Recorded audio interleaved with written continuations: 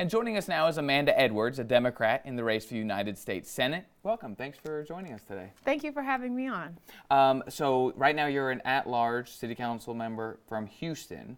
If somebody from Amarillo or El Paso says, okay, you know Houston well, but what are you going to do for the whole state in general? What would you say?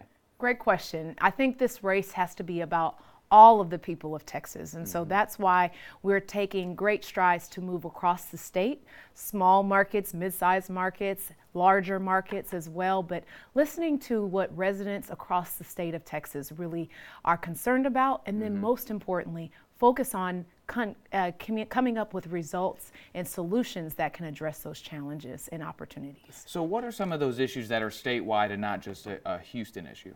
Absolutely. People are concerned about access to health care coverage.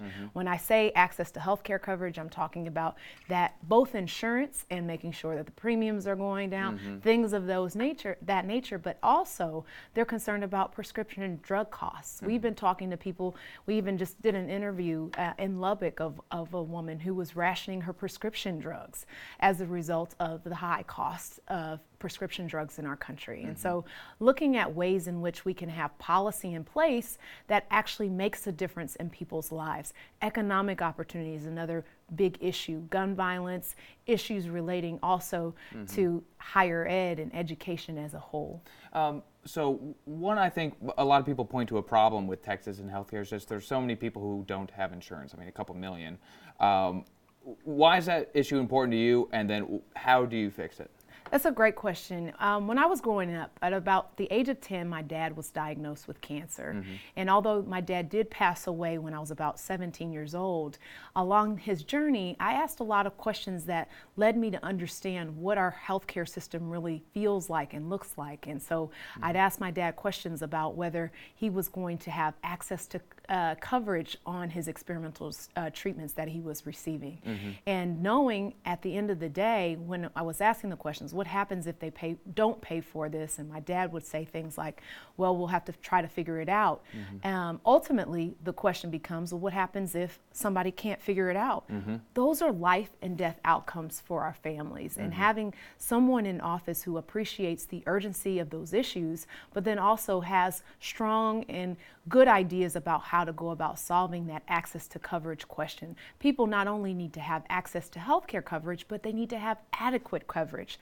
There are millions of people who face being underinsured, meaning they think they have enough insurance and they've been paying their premiums, but then realize upon needing treatment that in fact they don't have enough insurance. We've got to close that gap as well. We've got to drive those premium costs down, and we need to make sure also that people who don't have employer-based insurance can have an affordable public option that they can take advantage of as well. So you're a fan of the public option. If you win and you get a vote on this, your public option, Medicare for all, that's the other option? Not Medicare for all, but rather having a fix to the Affordable Care Act that allows you the option. So you can either have an affordable public option or employer-based coverage as it currently stands today. I know one big thing that happened when the Affordable Care Act got passed is that some people were very worried or concerned about losing their choices with respect to their doctors. We want to preserve and listen to the things that people complained about and then actually proffer solutions to some of those challenges. You bring up higher education. Most people, I would imagine, in this state go to kind of one of their local community college or a state-run institution.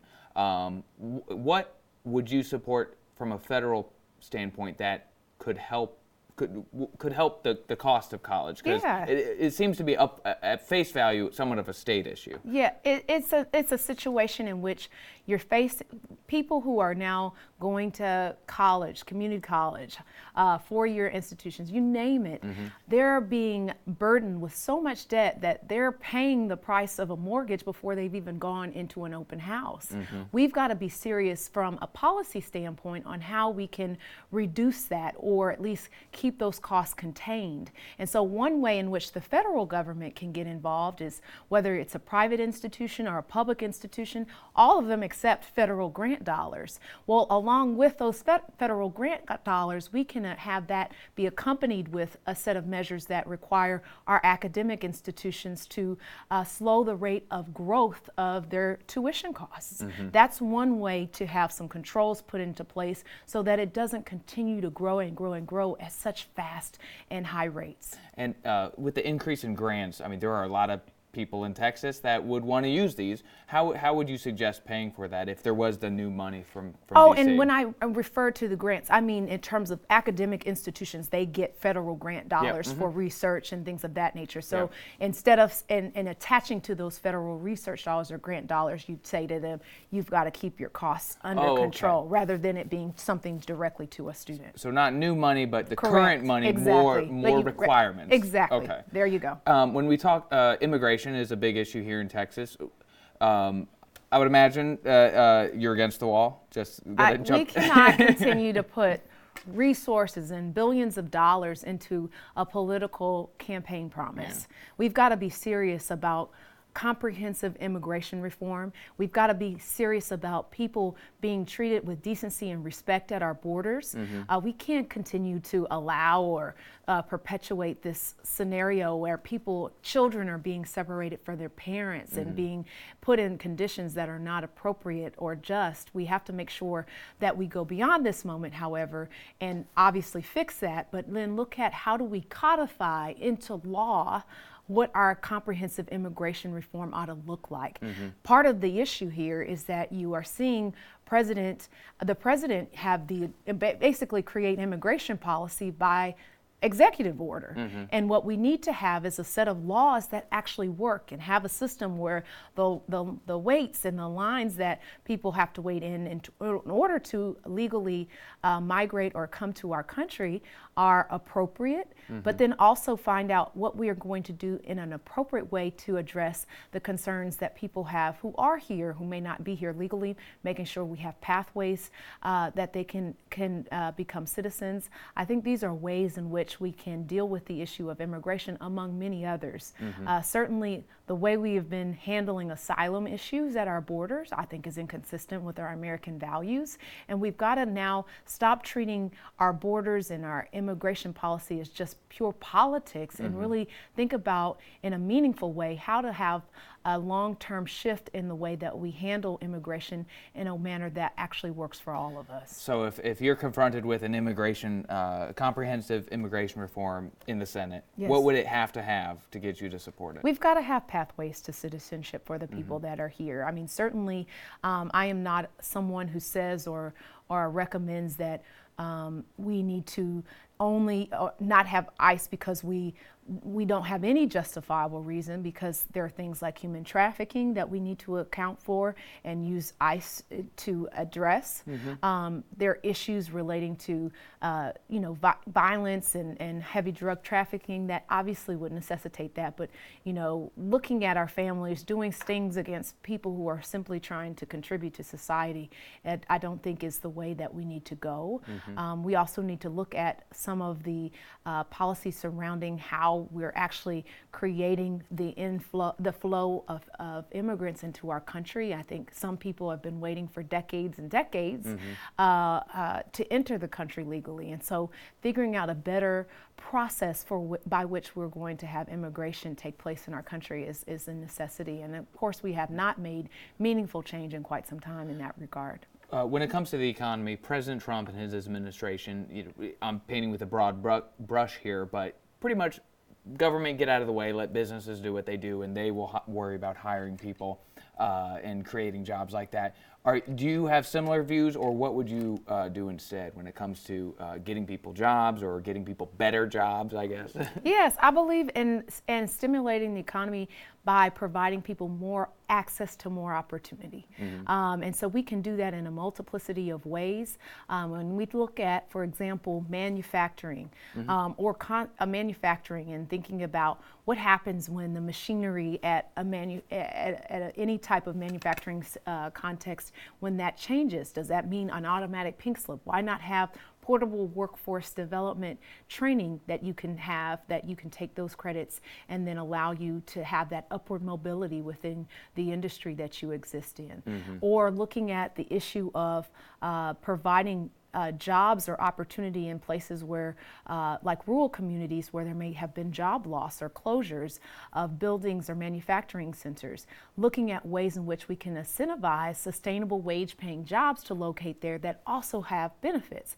Part of what is a challenge also in Texas is that we become #1 for rural hospital closures. So not only is that an issue of access to health care, but that also becomes an issue of access to employment, because a lot of our healthcare centers and facilities employ a lot of the people in the community who reside there. And so we've got to look at ways in which we can provide people in those communities with jobs that are sustainable wage paying jobs, but more importantly, that also have the benefits that people need to keep their families growing and vital. The argument against, economic incentives is somewhat of the government picking winners and losers. And you just don't.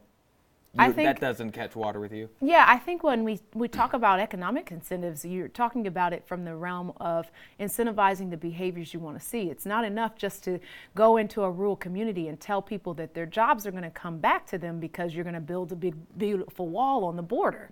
That's been the rhetoric. That's more scapegoatism. Well, you have to step away from that and actually be serious about policy solutions and talking to people in those communities about how we can address, say, for example, what we call the future of work, which is how the economy is changing due to automation, due to innovation. For the consumer, the concept of seeing innovation in terms of the delivery of a package on the same day is exciting. But for someone who works in a factory or works in a context where their job will then go away as a result, isn't so excited about that. So how do we make every Texan not only feel like they're part of today's economy, but also truly become a part of today's economy as well as tomorrow's? And that's the question we ought to be answering as policymakers who have vision and an ability to execute upon that vision. And then just real quick on speed round here, just because some current events, we're talking about impeaching President Trump or not, you would... I mean, it's obvious with the facts that have been revealed through the proceedings that we have to continue on this path. I'm not saying that with excitement. I'm just saying that in terms of we have to uphold the law. And when you have an abuse of office in this sense, that cannot be something that we tolerate in this country. So that sounds like a yes, you would. And then presidential candidates, have you made up your mind on which one you're going to support? Now, I can't tell you that. I have to ask. But I will say, I think it is important, and I think it is something that we haven't seen on display in this way, to have such a broad spectrum of candidates running and people to choose from. Now, certainly we've got to get to a point where there is a candidate that emerges from the pack, but we've not gotten to that stage and we've not gotten to that point. So I am anxious and looking forward to seeing us come together and unite. What I don't want to see is that be a process in which we're divided. I think it needs to be one in which we unify ultimately at the end of this process. And then your race for United States Senate is pretty crowded. Yes. Why, out of all the choices that a voter could have, why you at the end? Well, I'm the best candidate and uniquely positioned to unseat John Cornyn. And I think John Cornyn has not acted in a manner that is consistent with the interests or needs of Texans. We need somebody in office who will be consistent with those needs, but also who will be effective at the job. It's not enough for us to just give campaign promises and underdeliver. It's high time that the people of Texas have a leader who not only have vision and focus, but who can be effective in office. And I will be well positioned to build the necessary coalitions in order to do so.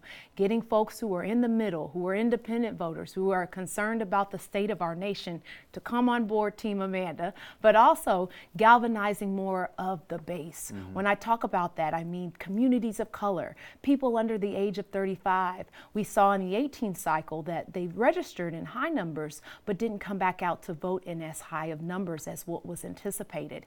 We've got to have someone who can fill that gap and address both the building of those coalitions so that we have the person who can actually unseat John Cornyn as the nominee. All right, Council Member Amanda Edwards, thanks so much for joining us. Thank you for having me.